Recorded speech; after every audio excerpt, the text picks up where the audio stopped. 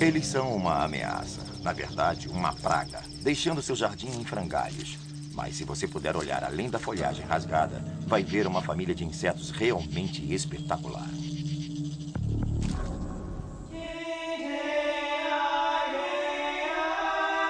O mundo secreto dos jardins.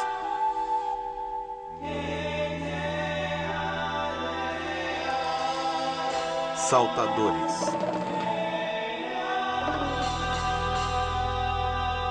Distribuição Sinapse.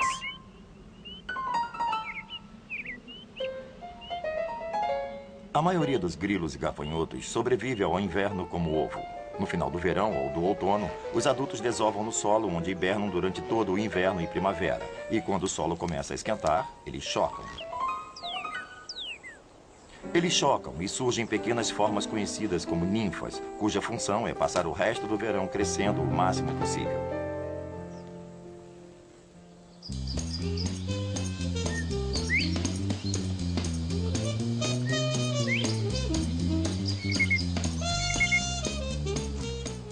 Quase assim que as ninfas emergem, elas já começam a praticar a mastigação. Elas se dispersam por todo o ambiente e simplesmente começam a mastigar, mastigar, mastigar.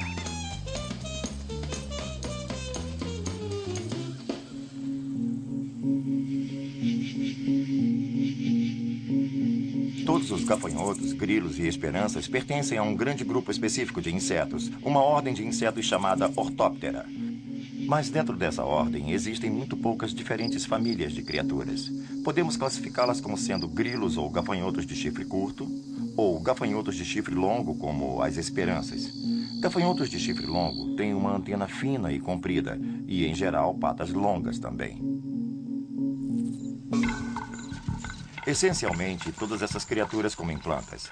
Os grilos costumam se concentrar mais em plantas decompostas.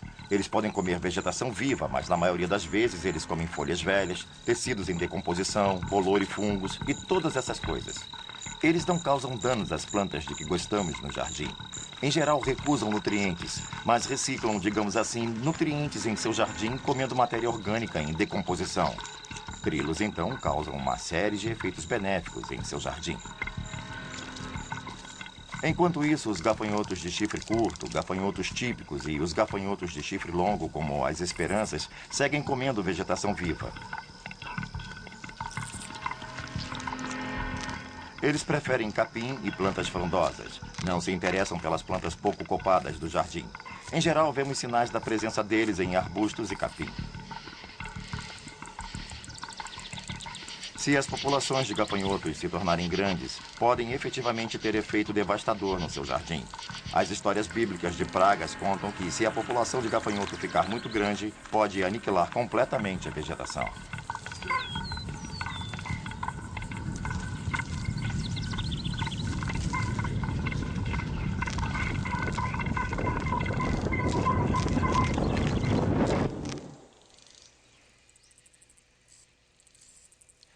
As populações dessas criaturas variam muito, depende de que tipo de jardim você tenha. Se você tem um jardim ensolarado com vegetação viçosa, há uma boa chance de você ter centenas e centenas de grilos e gafanhotos. Quanto à melhor forma de controlar gafanhotos, claro, é ter bastante diversidade. Eles não gostam de se alimentar de todo tipo de planta. Apenas certos tipos de plantas são escolhidas e, portanto, você deve ter um jardim bem complexo, diversificado, onde, enquanto uma coisa esteja sendo devorada, outras estejam se desenvolvendo. Outra providência é ter tantos predadores quanto sejam possíveis. Então, se você tiver um jardim cheio de pássaros e com predadores como louva-a-Deus, vespas e todos esses tipos de insetos, você terá menos problemas de gafanhotos. Mas caso tenha, será de pouca duração.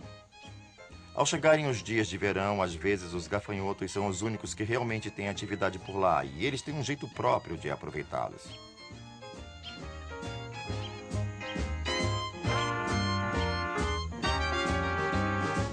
There's no use denying, I feel like I'm flying. The weather is oh so divine.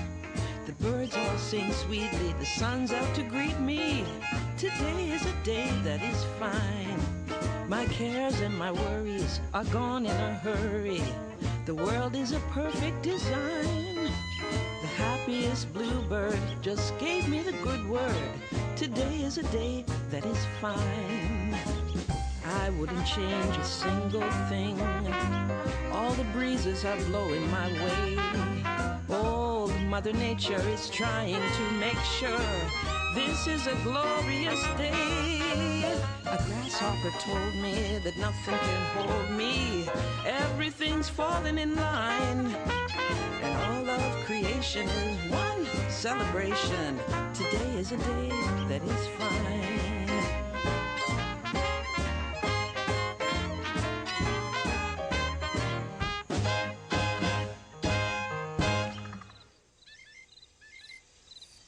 Antes que você pense que a vida dos gafanhotos é como um piquenique no seu jardim, tenha em mente que eles são o cardápio do jantar de quase todo mundo.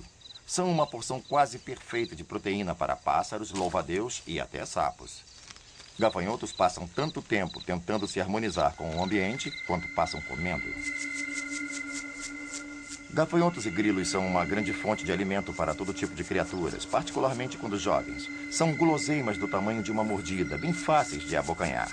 São criaturas bastante indefesas e, na primavera, pássaros, caso tenham muitos filhotinhos famintos para alimentar, estarão esquadrinhando o jardim atrás de gafanhotos.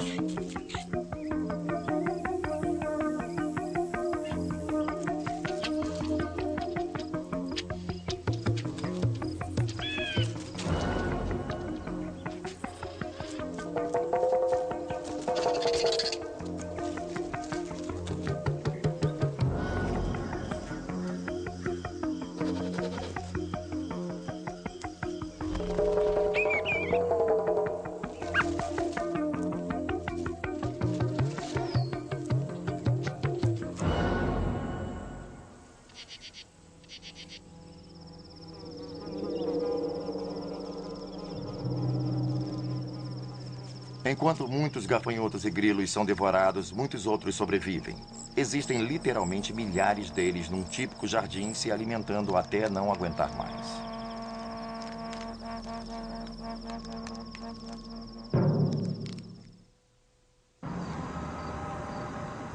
Muitos grilos ou gafanhotos só sobrevivem por uma geração a cada ano.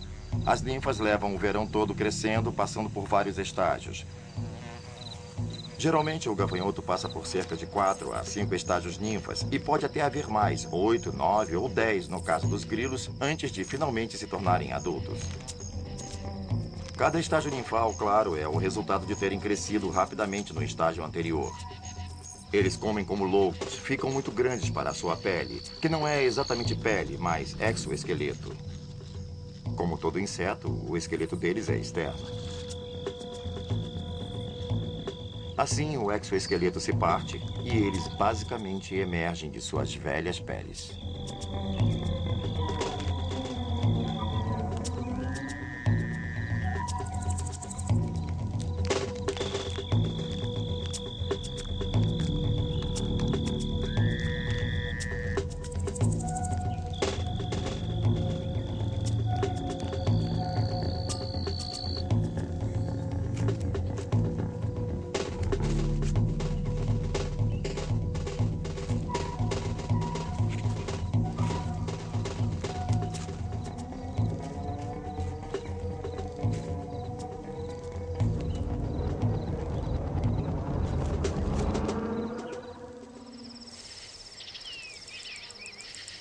A cada muda, os grilos ficam maiores, a pele escurece e fica um pouco mais espessa, e suas asas se desenvolvem um pouco mais.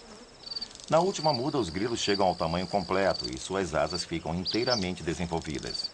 A maior parte não usa as asas para voar. Os gafanhotos, por outro lado, quando se desenvolvem totalmente, tornam-se voadores perfeitos, que se afeiçoam às asas por uma série de razões.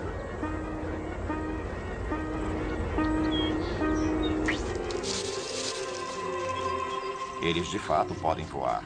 Eles usam as asas dianteiras para deslizar e estabilizar. E quanto às asas traseiras?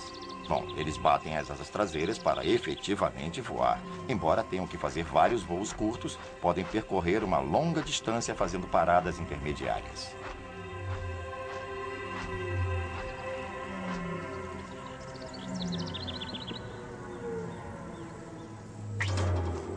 Voar não é apenas um modo de evitar os inimigos, é também uma boa forma de arrumar uma parceira.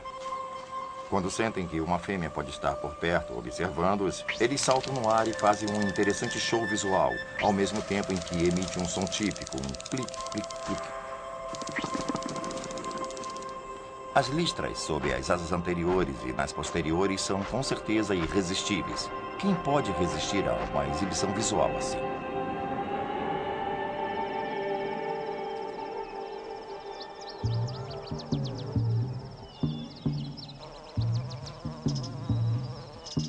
As exibições visuais não são o único modo de atrair o sexo oposto. Como um belo terno ou um carro sofisticado deve chamar a atenção da dama, e a canção romântica é uma maneira infalível de tocar as cordas do seu coração. Se você ouvir gafanhotos ou grilos, se o fizer por um certo tempo, vai verificar que eles começam a fazer diferentes tipos de sons para diferentes ocasiões. Machos, por exemplo, sempre irão ficar a certa distância uns dos outros e usarão seus sons para chamar e para dizer a outros machos que eles estão ali. É assim que marcam seu espaço. Outras vezes, quando as fêmeas se aproximam, os machos criam um som diferente, basicamente uma canção de amor. Às vezes até as fêmeas cantam, e quando eles formam o par, macho e fêmea juntos fazem um dueto. O macho canta sua canção de amor e a fêmea responde com a sua canção de amor. No final, toda essa cantoria de amor tem o objetivo de uni-los para outros objetivos. E depois de uma considerável quantidade de toques e contatos, eles acasalam. O esperma é transferido para a fêmea e a fêmea vai embora pôr os ovos.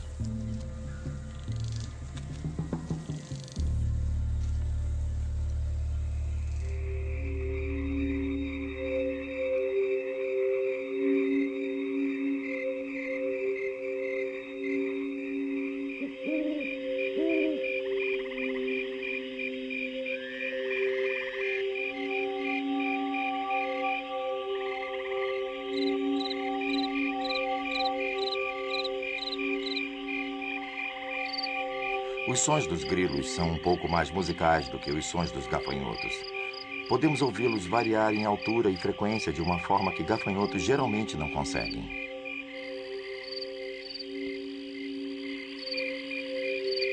Nem todos os grilos são criados iguais. Alguns são melhores cantores que outros. Grilos arborícolas, por exemplo, em geral são muito barulhentos, principalmente para criaturas tão pequenas. Os machos cantam suas canções para as fêmeas, dizendo: estou aqui, venha falar comigo, na esperança de encontrar um par.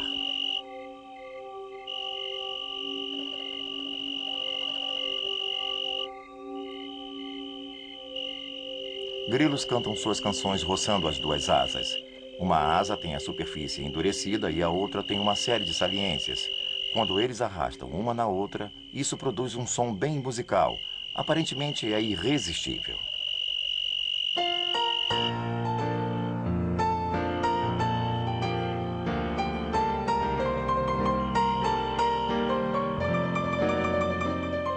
Eles podem cantar muito e há quem diga que eles acasalam muito.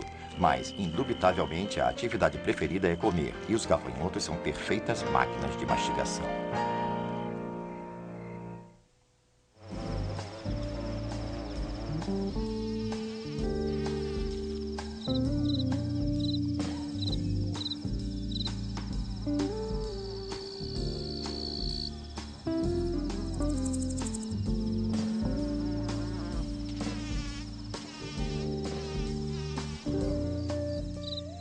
O cantar representa os sons do jardim de verão, mas embora eles tenham um papel importante no cenário, se você quiser ver de perto um grilo, tem que se aproximar bem do solo, pois é lá que eles passam o tempo.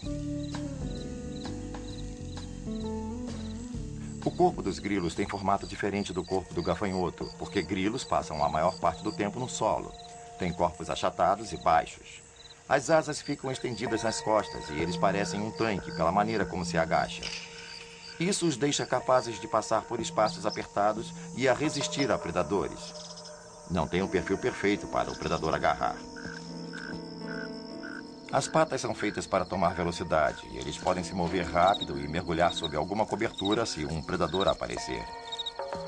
Os grilos também têm longas antenas que usam para sentir o mundo à sua volta. Com isso, captam substâncias e cheiros. Isso os ajuda a encontrar o que querem comer, ou o par com quem acasalar, ou descobrir predadores próximos.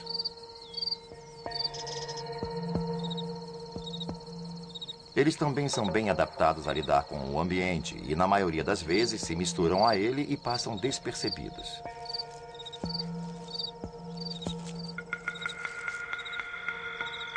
Grilos arborícolas são particularmente sujeitos a se tornar parte do mobiliário do jardim, pois eles têm corpos de aparência frágil, estranhamente finos, que se misturam completamente ao cenário vegetal.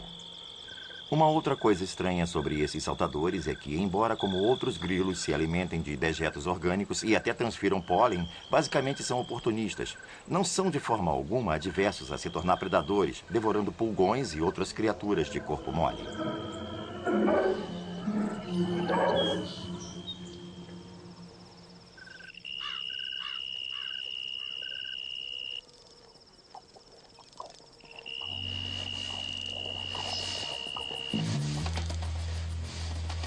Quando o inseto eriça seus aparatos sensoriais, quando tem todo tipo de antenas e receptores, inclusive visuais e coisas assim que sobrecarregam seu corpo, e se eles trabalham e nos indicam como é seu ambiente, eles devem ser mantidos na ordem dos ativistas. Você vê muitos saltadores que não estão comendo, estão geralmente se alisando, estão se limpando, se preparando para a ação.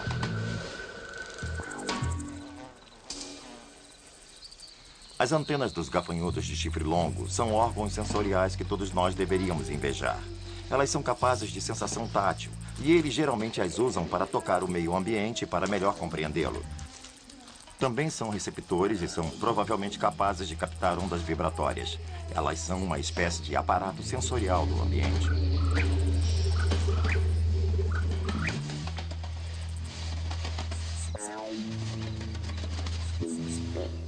Eu acho que uma das coisas mais interessantes que os gafanhotos fazem com as antenas é usá-las para procurar o jantar. Observe um gafanhoto se alimentando, por exemplo. Ele toca a haste e as folhas das plantas que comerá. Ele também lambe a superfície dessas folhas e faz um certo teste químico para ver se está tudo bem. E depois dessa verificação com todos esses diferentes aparatos sensoriais, eles podem dar uma boa mordida. Depois da mordida, se descobrem que não é do seu gosto, partem para outra. Se ao contrário gostarem, você pode dizer adeus à folha.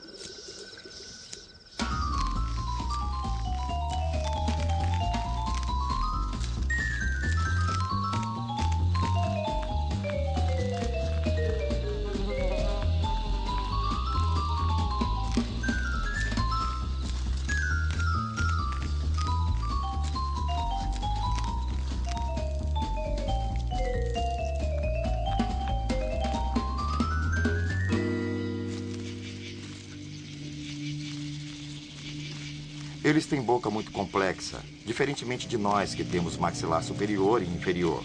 Eles têm partes que deslizam e se movem, que lhes possibilitam rasgar certos tipos de materiais e triturar outros, deixando-os em pedacinhos que podem ser empurrados para dentro do sistema digestivo.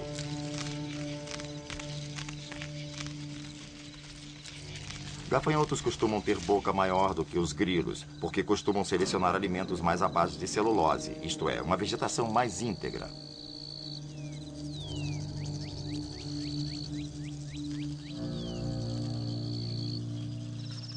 Grilos não precisam ter mecanismo poderoso de moagem, porque comem o que é essencialmente pré-digerido por micro-organismos.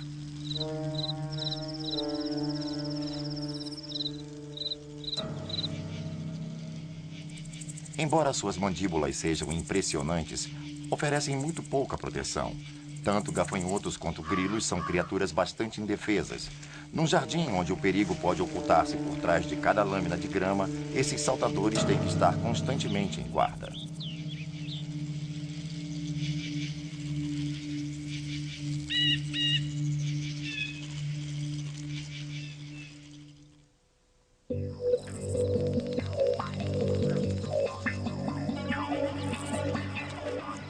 Os gafanhotos percebem o perigo principalmente usando a visão. Eles têm muito boa visão e são muito sensíveis às ondas sonoras. Eles têm um bom senso de audição também. E, claro, a primeira reação de um gafanhoto ao perigo iminente é ficar imóvel, não mover um músculo. As patas traseiras dos gafanhotos são particularmente espetaculares, porque são tão grandes, tão maiores, que funcionam como alavanca e quando eles contraem os músculos da pata traseira, podem saltar de uma superfície a alturas maiores do que se poderia esperar de uma criatura tão pequena. Se um predador chegar muito perto, no último minuto ele vai saltar. Mas é bem fácil saltar da frigideira quente direto para o fogo.